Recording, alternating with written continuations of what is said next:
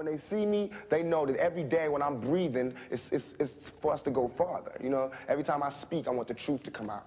You know what I'm saying? Every time I speak, I want to shiver. You know, I don't want them to be like, they know what I'm going to say because it's polite. They know what I'm going to say. And even if I get in trouble, you know what I'm saying? Ain't that what we're supposed to do? I'm not saying I'm going to rule the world or I'm going to change the world, but I guarantee that I will spark the brain that will change the world. And that's our job, is to spark somebody else watching us. We might not be the ones, but let's not be selfish, and because we're not going to change the world, let's not talk about how we should change it. I don't know how to change it, but I know if I keep talking about how dirty it is out here, somebody's going to clean it up.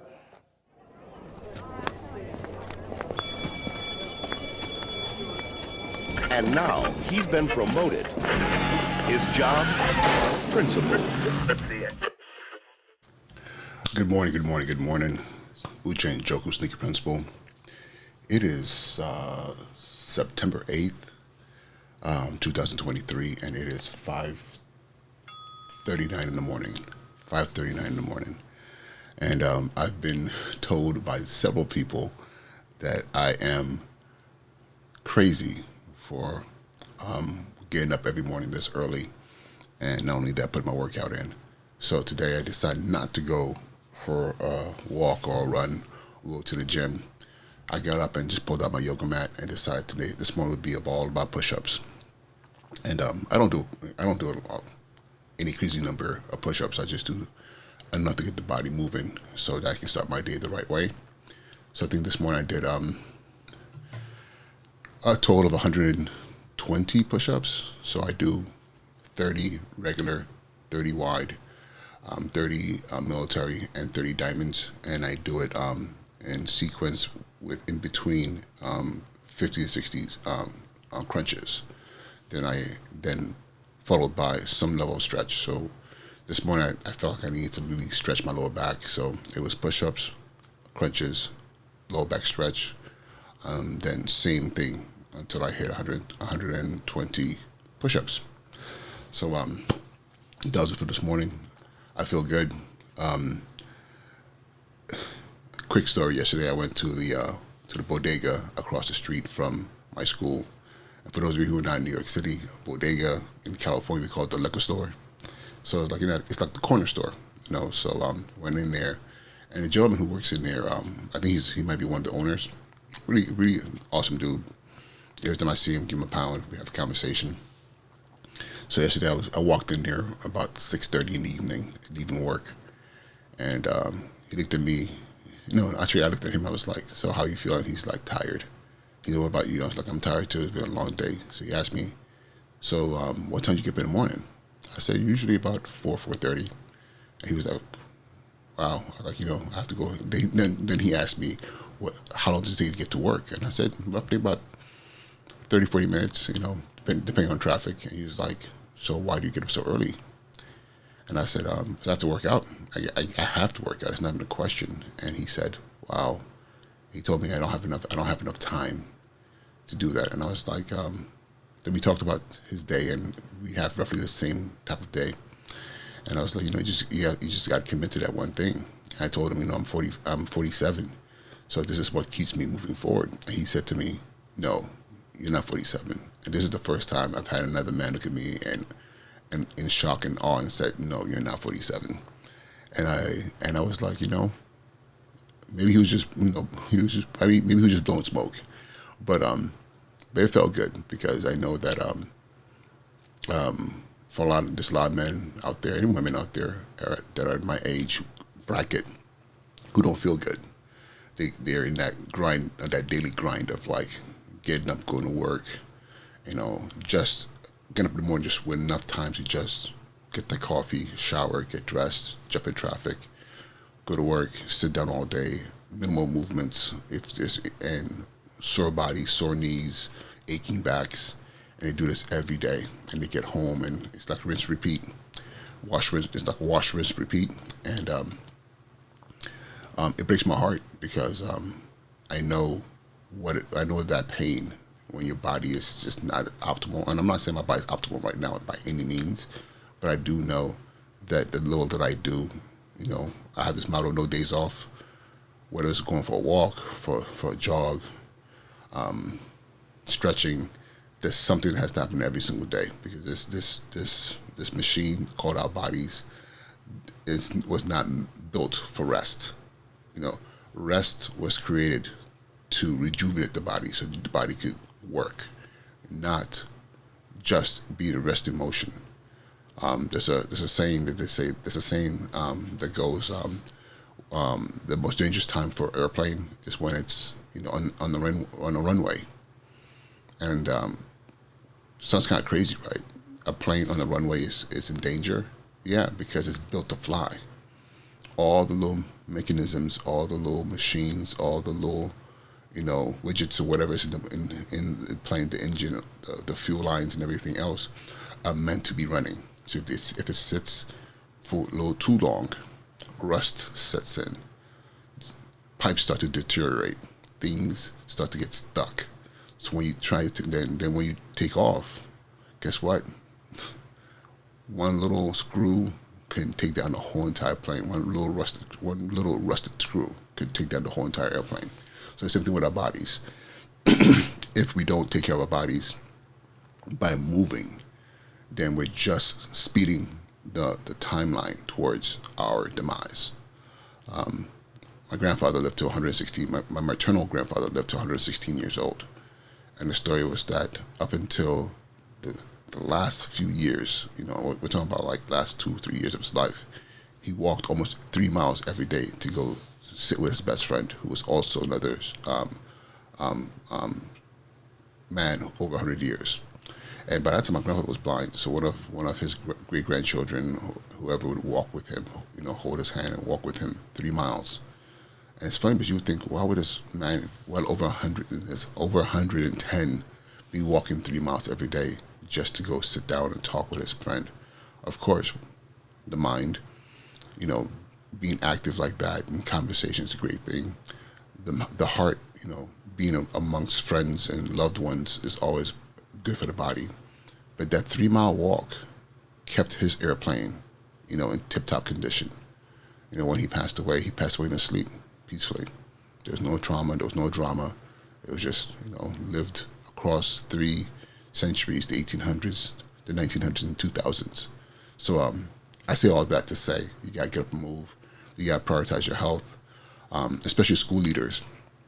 Too many of us are unhealthy because we are living in a very stressful space continuously, and I'm not immune from it. Yesterday, by the time I got home, it was 7:30, and I think I had maybe about an hour before I pulled out the laptop and had to go through some emails and a bunch of other stuff that just had to be done. So I understand it, but I didn't hit the pillow till about right before midnight. But 4 o'clock I was up.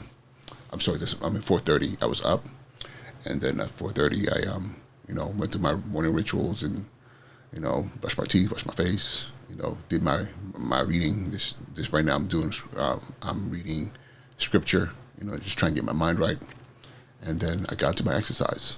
The exercise is like this. It's the cake. It's the meat. Because again, this body, this airplane has to be in motion. This is not even what I wanted to talk to you about this morning, but I was just moved to make sure I put that out there. Let me do my little time check, okay? So, yesterday was the first day of school, and I gotta tell you, 18 seasons. I had one season. No, okay, no, I'll take that back. I have 2 seasons where I wasn't there for the first day of school.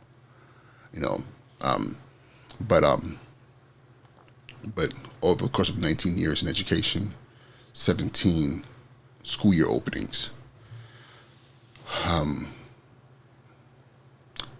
this had to be the best one, for sure, without a doubt.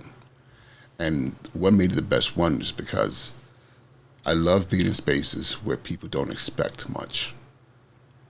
When people are not believers.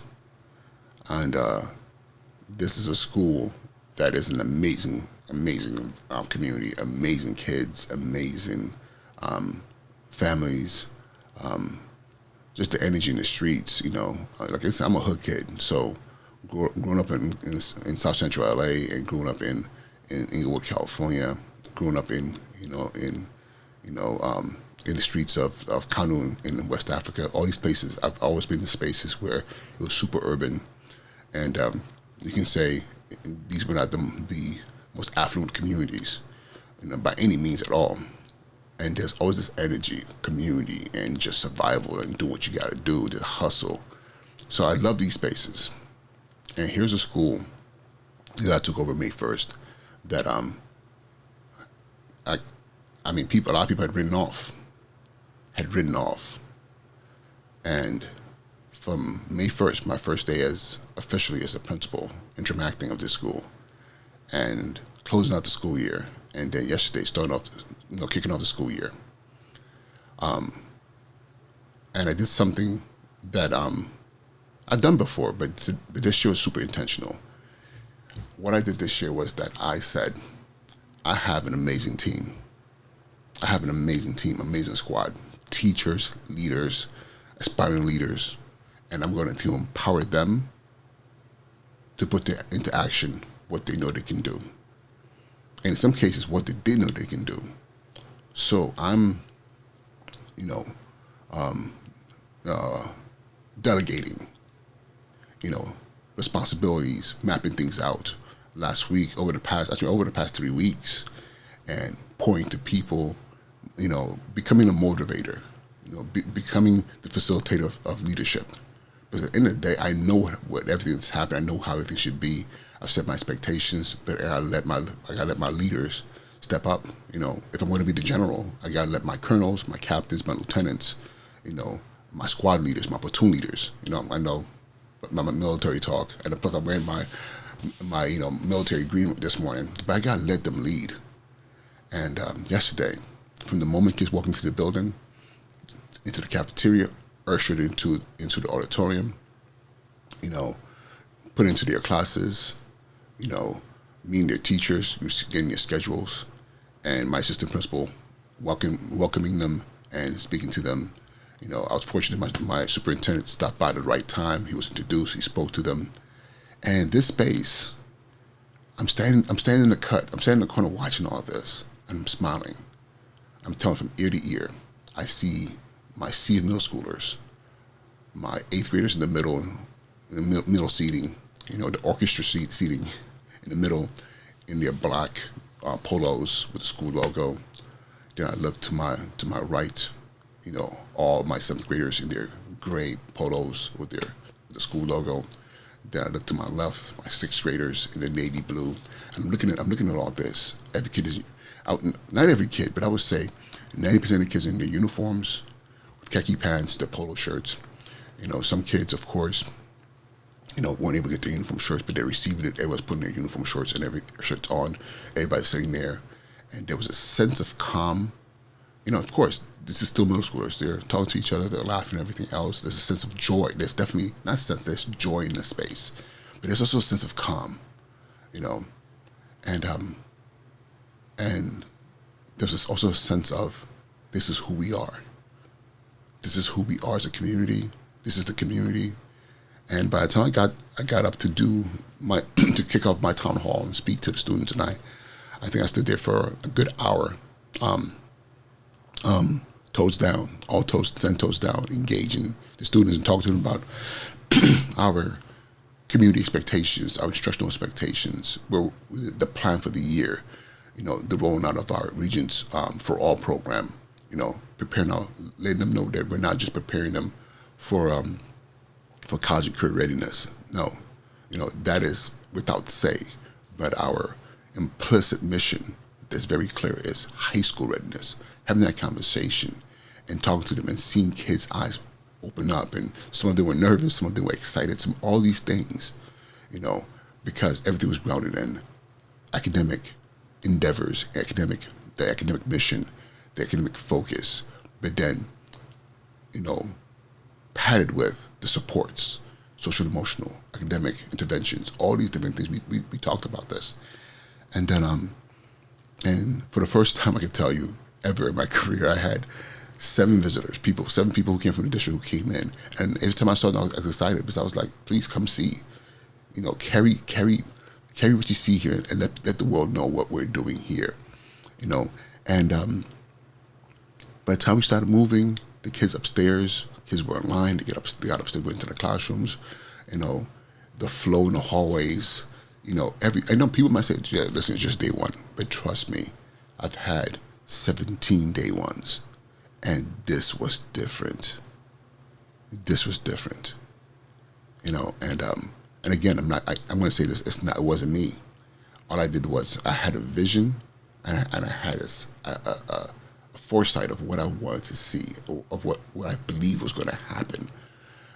But however, I have to say the right people are on the bus, you know, from teachers, teacher leaders, administration, support staff.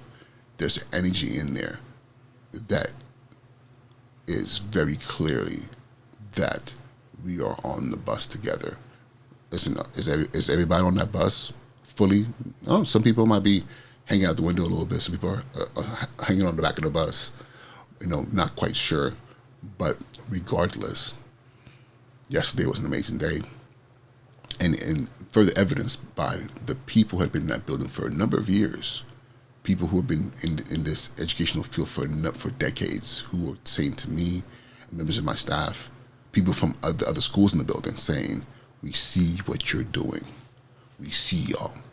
We've heard. People were saying like, wow, that was something I've never seen in my multi-decade career. And y'all, this is just day one. This is just day one. And the thing about that is, the way we sustain this is by understanding one thing. What happened yesterday was more about the adults in the space and less about student behavior. You notice this is the first time I've used the word behavior throughout this whole entire description of yesterday. It had nothing to do with behavior. It had everything to do with the fact that the vast majority of the adults in the space has set aside this thing that is the bane of my existence, soft bigotry. When we set the bar so low that it becomes a self-fulfilling prophecy versus setting the bar so high that it becomes an excellent accomplishment. Yesterday was an excellent accomplishment and will continue to do so because I will lead my team. I will be their Pied Piper. I will be their champion, the voice in the wilderness, screaming to everyone. Here in this school, we believe that our kids, our students, our scholars are excellent. They might not be perfect, but they are excellent. So now it's 5:57. I'm going to go jump in the shower, get dressed, try to get to school. No, I have to get to school by 7. I have a 7:30 meeting, and also, drum rolls, please. I have a class at 8 o'clock. Yes, your boy's teaching a class this year. I actually love teaching classes. I haven't taught a class since the pandemic, the year we were virtual, and that's way too long. So what am I teaching this year? I'm teaching 8th graders, and what is the subject area? Mixed media. And what is the particular topic in mixed media are you teaching, Mr. Njoku? Podcasting.